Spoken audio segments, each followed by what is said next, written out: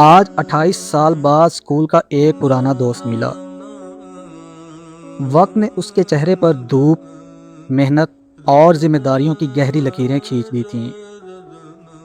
وہ زیادہ نہیں پڑھ سکا۔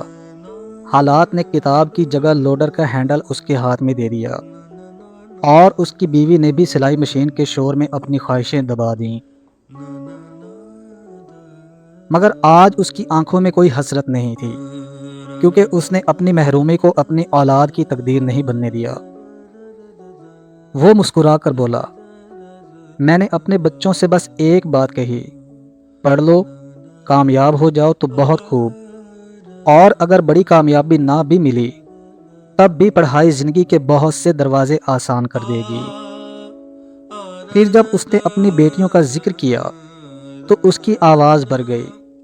کہنے لگا، میری بیٹی آج گورنمنٹ آفیسر ہے، اور میرے بیٹے بھی دل لگا کر پڑھ رہے ہیں۔ یہ جملہ صرف ایک جملہ نہیں تھا، یہ ایک مزدور باپ کی عمر بھر کی تھکن کا حوصلہ تھا۔ یہ ایک مزدور باپ کی عمر بھر کی تھکن کا صلہ تھا۔ وہ باپ جو خود شاید اپنی قسمت نہ بدل سکا، مگر اس نے اپنی بیٹیوں کو اتنا مضبوط بنا دیا کہ وہ اپنی تقدیر خود لکھ سکیں۔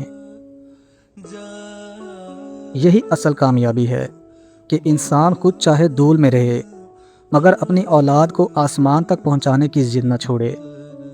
کچھ باپ ڈگریوں سے نہیں، قربانیوں سے بڑے ہوتے ہیں، اور ایسے باپ اپنی اولاد کو صرف پالتے نہیں، انہیں وہاں پہنچاتے ہیں جہاں تک وہ خود کبھی نہ جا سکیں۔